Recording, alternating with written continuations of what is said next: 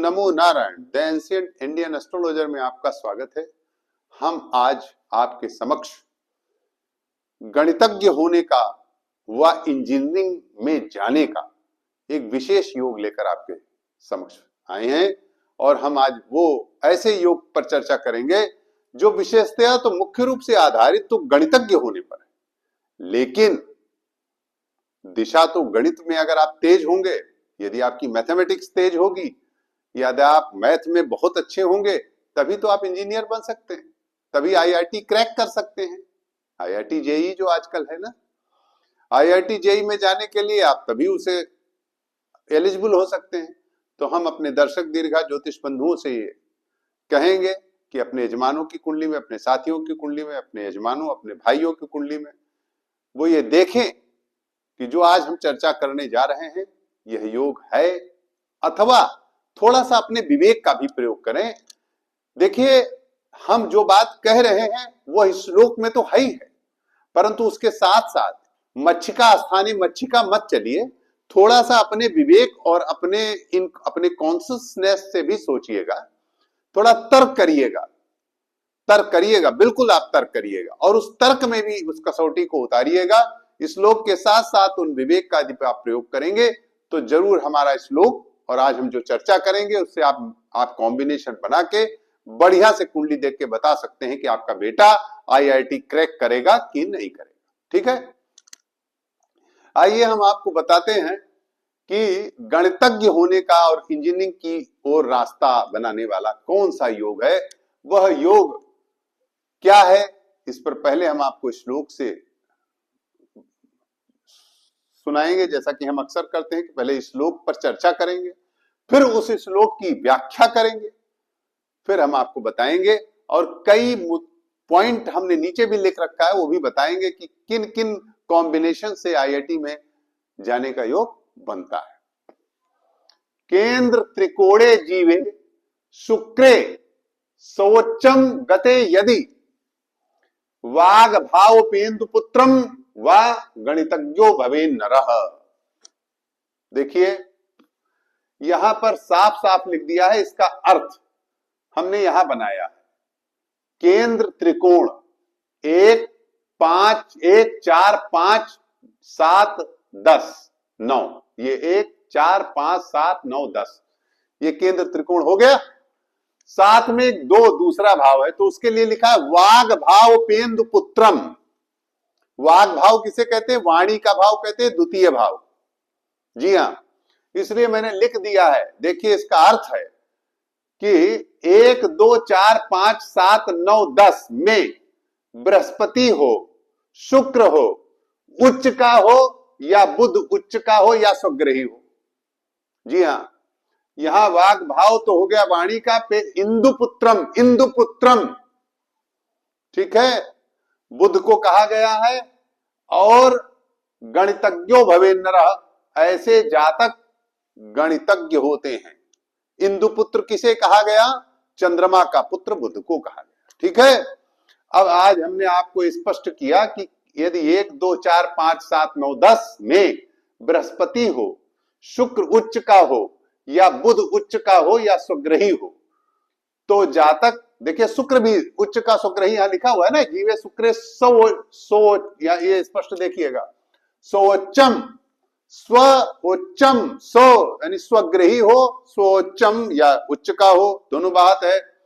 केंद्र त्रिकोणे जीवे शुक्रे सोच्चम गते यदि, यानी स्वग्रही हो या उच्च का हो।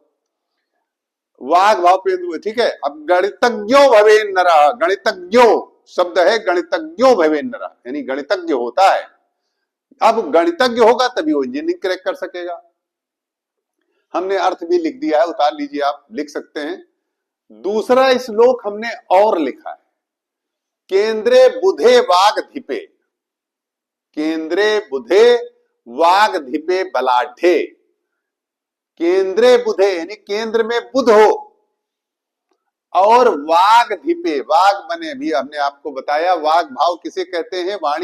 वाणी का द्वितीय भाव, सेकंड हाउस को वाणी का भाव कहते हैं, वाग भाव। तो वाग धिपे यानी वाणी वाला भाव, यानी धनेश बलवान हो, बलाढ्य शुक्रे धन भ्रातृगते ससौम्ये, अर्थात बुध केंद्र 1 4 10 में हो, धनेश बलवान हो, शुक्र उच्च का या स्वग्रही कहीं भी बैठा हो, तो जातक गणितज्ञ होता है। और गणितज्ञ होगा तो आईआईटीएन होगा निश्चित रूप से, अगर बहुत बड़ा मैथमेटिशियन होगा। देखिए, दो प्रकार की जानकारी होती है। एक तो पढ़ के विद्या, रट के विद्या आदमी बोल लेता है, गणित जान लेता है, और एक होता है उसकी एनालिटिकल सोच। जैसे ज्योतिष है, मानिए कोई भी गणित है, उसमें एनालिटिकल कैपेसिटी आपकी कितनी है, उसमें आप कितनी एनालिसिस कर सकते हो, ये महत्वपूर्ण है। आइए हमने दोनों अर्थ बताए, अब हम आपको एक चीज और बताएं कि हमने लिखा है केंद्र में त्रिकोण में शनि, मंगल व शुक्र की युति। देखिए, केंद्र में अगर आपके खास तौर से 10th हाउस में शनि बैठा हो 10th में, और मंगल व शुक्र भी, यदि ये कोई जरूरी नहीं साथ में हो, कोई आवश्यक नहीं है, हम आपको एक सिद्धांत बता रहे हैं। पंचम में शनि, मंगल शुक्र, 10th में शनि और मंगल शुक्र, यदि इस तरह की युति हो, शनि अलग भी रह सकता है अकेला, और मंगल शुक्र की युति, लेकिन मंगल शुक्र अकेला नहीं, दोनों साथ में यदि ये कॉम्बिनेशन मिल रहा है, तो जातक प्रायः गणितज्ञ होते हैं और आईआईटीएन होने की ओर अग्रसर हो जाते हैं। जैसा कि हम उदाहरण भी देते हैं, आज हमने 2 कुंडलियों का उदाहरण लिया है। एक कुंडली है, एक आईआईटीएन की कुंडली है, जो इस समय विदेश में है, अमेरिका में है, आईआईटी कानपुर का पढ़ा है। देखिए, तुला लग्न की कुंडली है, लग्न में राहु है, देखिए केंद्र में बुध, ध्यान से देखिए, केंद्र में बुध और बृहस्पति दोनों हैं। आप देख लीजिए कुंडली, केंद्र में बुध और बृहस्पति दोनों है, जो मैंने लिखा है केंद्र त्रिकोणे जीवे शुक्रे सोच्चम गते यदि, सोच्चम गते यदि वो भी है शुक्रे। ये देखिए शुक्र, ये देखिए मीन का,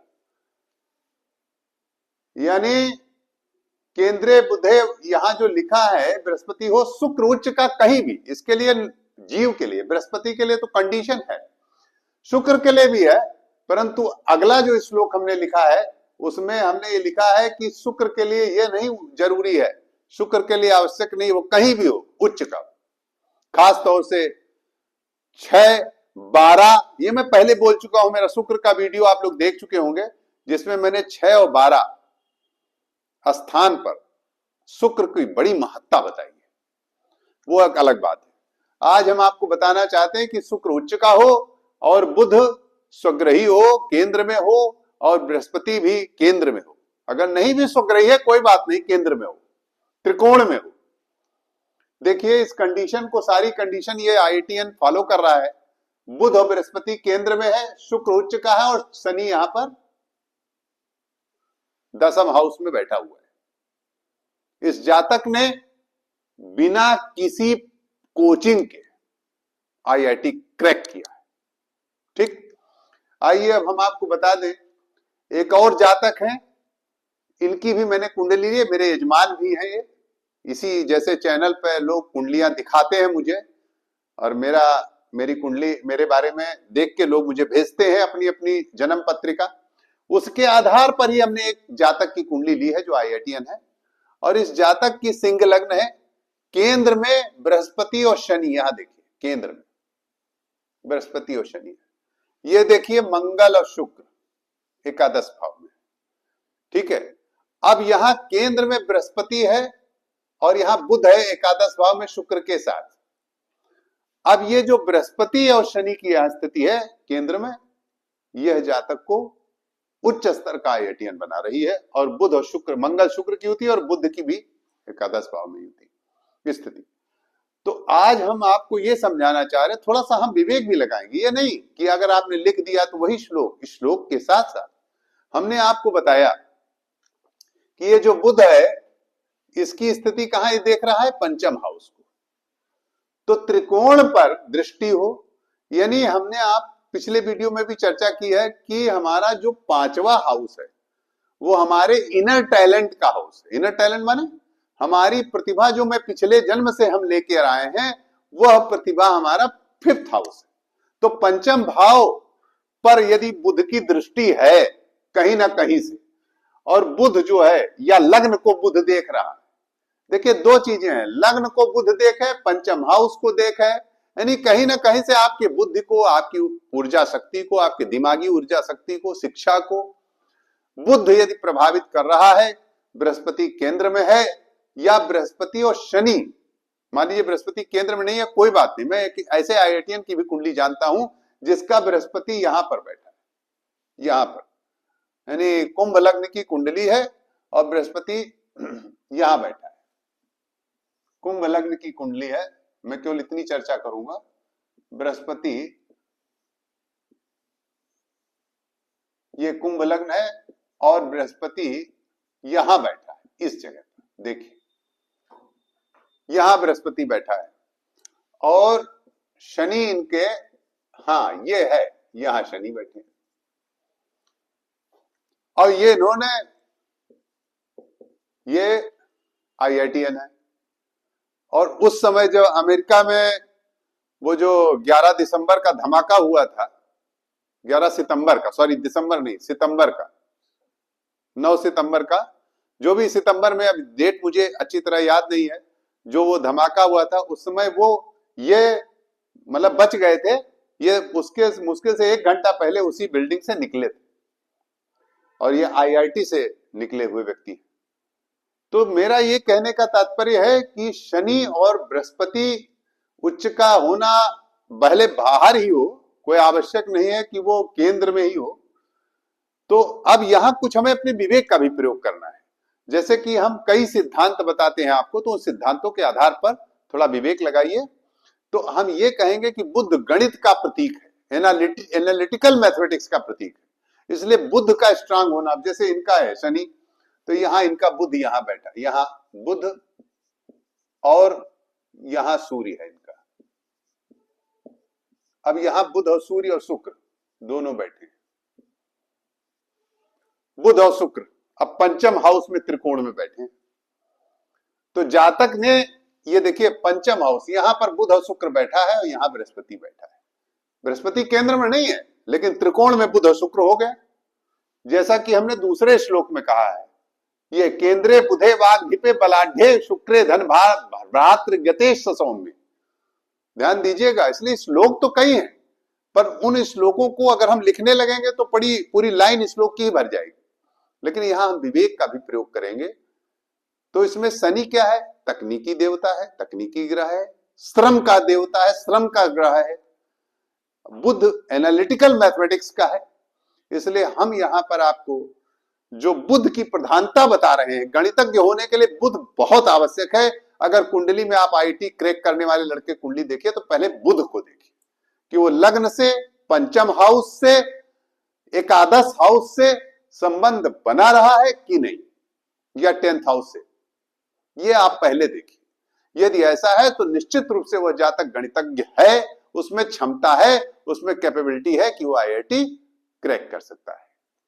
नमो नारायण।